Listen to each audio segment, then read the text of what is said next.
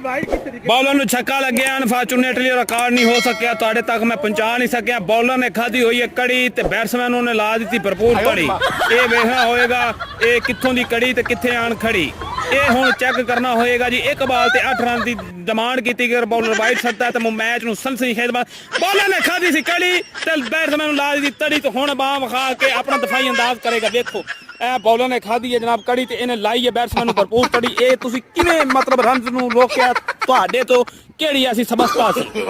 ਨੋ ਬੋਲੋ